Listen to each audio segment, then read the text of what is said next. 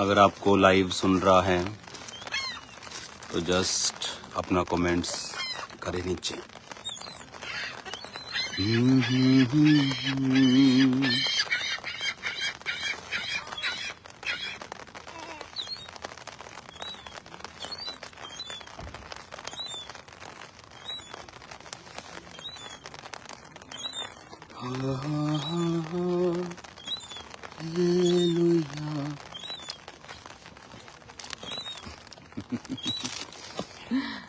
Hallelujah.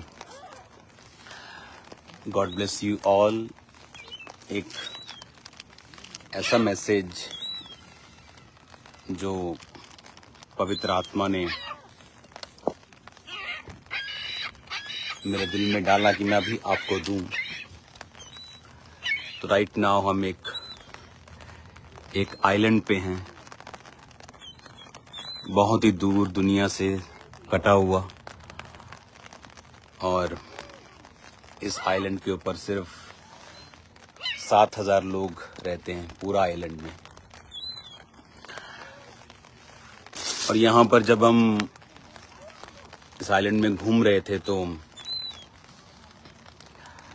बड़ी एक अच्छी बात हमने यहाँ पे देखी। यहाँ के लोग अपनी लाइफ में, क्योंकि ये क्रिश्चियन एक आइलैंड है, तो क्योंकि जब आप प्रभु में होते हैं तो बहुत से जो कर्सेस होते हैं, जनरेशनल, पारिवारिक, वो सारे आपकी लाइफ से ख़त्म हो जाते हैं और आपकी जो जनरेशन्स हैं आगे, वो बिना कर्ज के लाइफ को जीती हैं। तो यहाँ पर हमने नोटिस किया कि हम एक फार्म में गए, वहाँ पे हमने अपने हाथों से चेरी को तोड़ा और ये ले,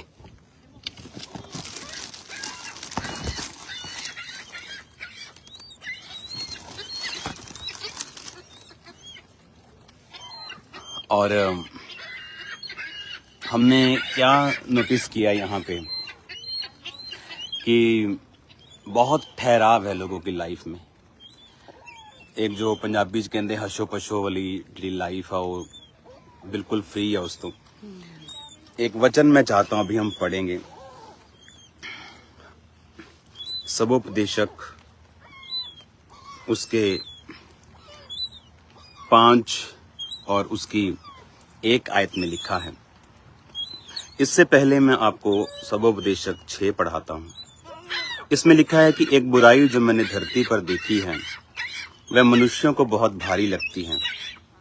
किसी मनुष्य को परमेश्वर धन संपत्ति और प्रतिष्ठा यहाँ तक देता है कि जो कुछ उसका मन चाहता है उसे घटी नहीं होती, तो भी परमेश्वर उसको खाने नहीं देता। कोई दूसरा उसे खाता है, ये व्यर्थ और भयानक दुख है। 7 आयत में लिखा है, सबोपदेशक 6 उसकी 7, मनुष्य का सारा परिश्रम उसके पेट के लिए होता है तो भी उसका मन नहीं भरता। बहुत सी ऐसी बातें हैं 11 आयत में लिखा जिनके कारण जीवन और भी व्यर्थ होता है, और मनुष्य को क्या लाभ, क्योंकि मनुष्य के क्षणिक व्यर्थ जीवन में वो परछाई की नाई बताता है। कौन जानता है उसके लिए अच्छा क्या, क्योंकि मनुष्य को कौन बता सकता है कि उसके बाद दुनिया में क्या होगा।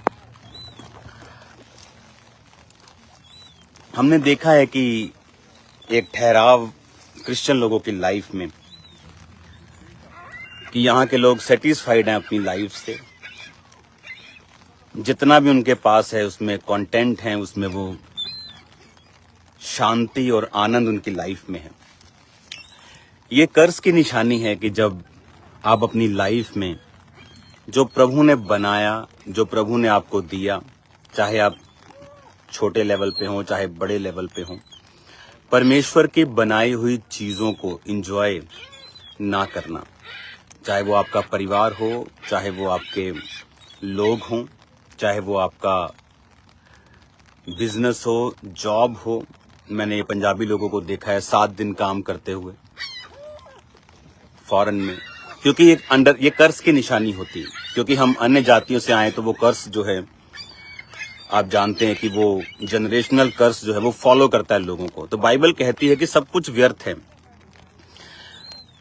क्योंकि तुम नहीं जानते जो तुम्हारे बाद आने वाला है, जो तुमने बनाया, जो तुमने इकट्ठा किया, वो उसका यूज करेगा कि मिस यूज करेगा।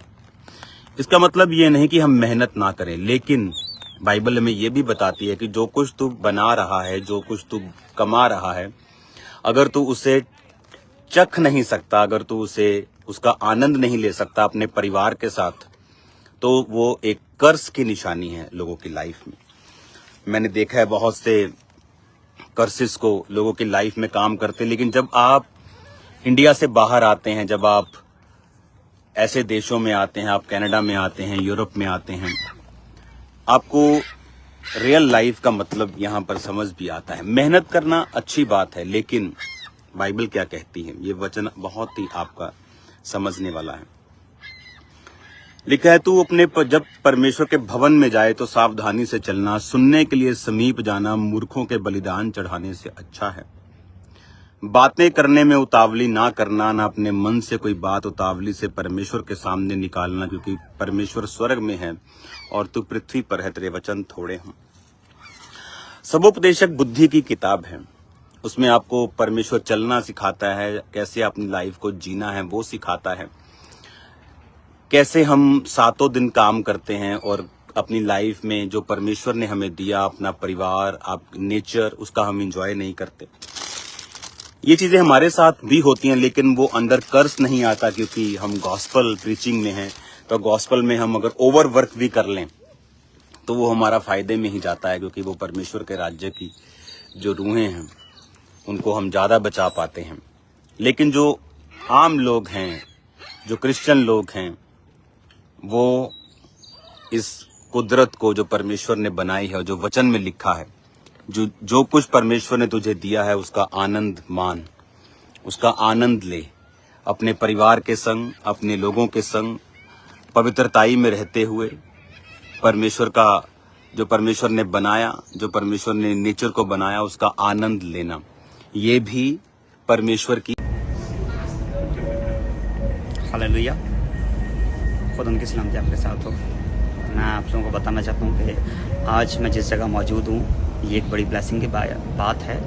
और जब मैं बाइबल मुक़द्दस को देखता हूँ तो जो पिछले दिनों खुदा मुझसे बात कर रहा था कि लोग शिफा को ढूंढ रहे हैं, ना कि शाफी को। अगर वो शाफी को ढूंढ रहे हैं तो शिफा तो ऑटोमेटिक उनके घर पे आएगी। आज लोग हीलिंग तो चाहते हैं, बट उस हीलिंग के बाद वो जैसे मर्जी ज़िंदगी में जिए, उनको इससे कोई प्रॉब्लम नहीं। सो मैं लोगों को ये बताना चाहता हूँ कि अपनी ज़िंदगी खुदा के साथ इस तरह से गुजारें कि सदा हमेशा आपके ऊपर उसकी बरकत बनी रहे। ना कि जब आपको हीलिंग चाहिए तब आप खुदा को याद करो, जब आपकी हीलिंग मुकम्मल हो जाए तब आप खुदा को भूल जाएं। तो ऐसा खुदाउन भी नहीं पसंद करता। खुदाउन भी उन लोगों से नफरत करता है और उनको फिर प्रॉब्लम्स में डालता है। जब वो प्रॉब्लम्स में जाते हैं तो वो फिर जान पाते हैं कि नहीं, हमें खुदा के साथ पूरी ईमानदारी से, सच्चाई से हमेशा चलना है, ज़िंदगी भर चलना है। और मैं इसलिए कहना चाहता हूँ कि आप सब जीसस क्राइस्ट को अपने घर में दावत दें। जब वो आपके घर में होगा, जब आप मान लें कि जब आप अपनी ज़िंदगी का स्टीयरिंग जो जीसस क्राइस्ट को दे देंगे, जब वो ड्राइव करेगा आपकी ज़िंदगी, तो एक अलग लेवल से होगी, एक अलग ब्लेसिंग होगी, एक अलग आपकी ऊंचाई होगी जो अनमैचेबल, अनटचेबल होगी। तो मेरा ईमान है आप अपनी ज़िंदगी में अपने खुदावंद को ना सिर्फ शिफा के लिए, आप ऐसा नहीं करें कि जीसस क्राइस्ट सिर्फ आप जब आपको मुश्किल है तब आप सिर्फ उसको ढूंढें, उसको तलाश करें। नहीं, आप ज़िंदगी में हर हिस्से में जब उसको रखेंगे तो आपकी ज़िंदगी ऐसी ब्लेस होगी, अनमैचेबल होगी। हालेलुया। सो खुदावंद आप सबको ब्लेस करे। और ये मैं आपको बताना चाहता हूँ, बहुत ही खूबसूरत प्लेस है। मैं फर्स्ट टाइम आया, 5 सालों में कभी नहीं आया था। पहले आना भी चाहता था पर खुदावंद की तरफ से आगाही नहीं हो रही थी। तो जहाँ भी आपने जाना होता है, खुदावंद की रजामंदी बहुत ज़रूरी है। हालेलुया। सो याद रखिए, खुदावंद का वर्ड आपके साथ अगर है, जिस तरह से खुदावंद बता रहा है, तो आपकी ज़िंदगी ब्लेस होगी। वो आपको ऊंची जगहों पे बैठाएगा। कोई हथियार बने नहीं जो आपके खिलाफ चल सकेगा। और ऐसा ब्लेस करेगा, लोग देख के हैरान होंगे। आपका मोहल्ला, आपकी गली, आपका शहर बिल्कुल मतलब कहते हैं ना कि शॉक हो जाएगा। ऐसा हो जाएगा। जब जीसस का इस मौजज़ा करते थे तो शॉक हो जाते थे लोग कि ये कैसे पॉसिबल है, कैसे हो रहा है। बट वो ऐसा ही था। आपकी ज़िंदगी में वो होने जा रहा है इन जीसस माइटी ने। मैं आप सबको ब्लेस करता हूँ और इस कंट्री को हम ब्लेस करते हैं, यूएई को ब्लेस करते हैं, क्योंकि खुदा कहता है जहाँ तुम रहो उस जगह को ब्लेस करो, उसके लिए बरकत चाहो, वहाँ के हुक्मरानों के लिए बरकत चाहो। हालेलुया।